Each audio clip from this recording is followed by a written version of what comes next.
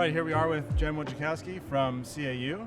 Jen, Hey. thanks for joining us. Of course. Thanks for having me. Oh, it's great. This is our first on-location episode for the Common Interest, so it's pretty exciting. I love it. I love that you guys are here. It's fantastic. Yeah. Love the support. It's been a great conference so far.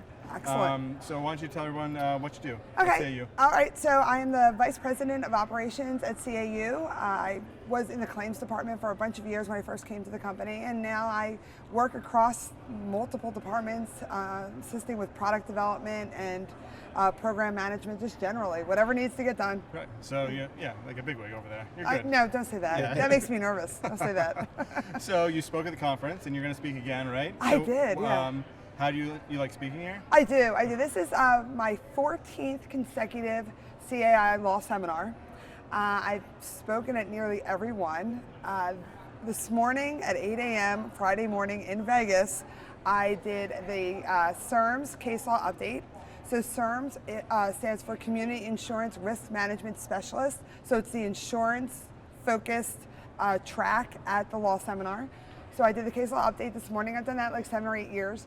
And now at 11, I have a session for CCAL, which is the College of Community Association Lawyers, and I am presenting on indemnity of directors. Okay. So you did the case law update. So Yep. any good takeaway from the case that you can share? Yeah, from so, one case or something? Of course. So a lot of it focused on additional insured issues, how to properly establish your additional insured status. Also talked about some of the wonky decisions courts make. For example, there was one where they equated failure to reserve with failure to insure, which are vastly different issues.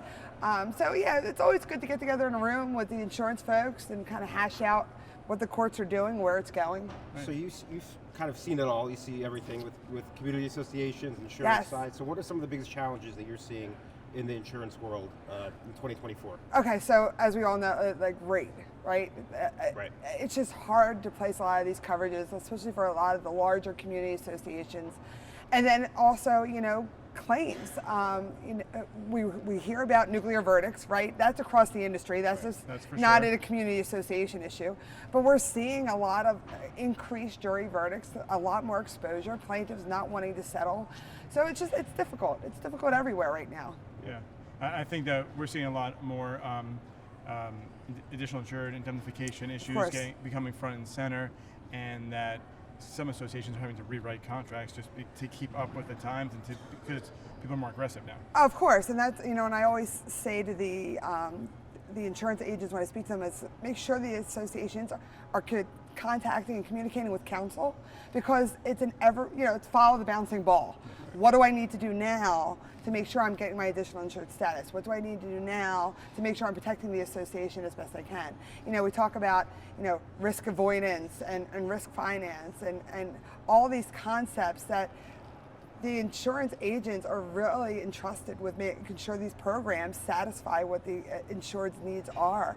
And it can be a complicated process. So when people say, what can the attorneys do to help, it's really making sure we can transfer risk, whether it's insurance defense, general counsel, getting the contracts in place, making sure you can have indemnification, getting your additional insurance status, right? Absolutely, because a lot of associations, they don't want to incur the cost with counsel, so we have to show them that it's worth the investment of the time and the money to work with counsel on these issues. You can't trust your Google search on contractual indemnity language to be enforceable in your state. You need to talk to your attorney and make sure you're updating your contracts and doing it the right way. Yeah. Absolutely. Great. All right. Well, Jen, thanks for coming on. Thanks for having me. It was a pleasure having you on. Always fun. It was always fun, and I'm sure we'll do this again down the road. And thanks for supporting us. Of course. All right. Thanks, guys.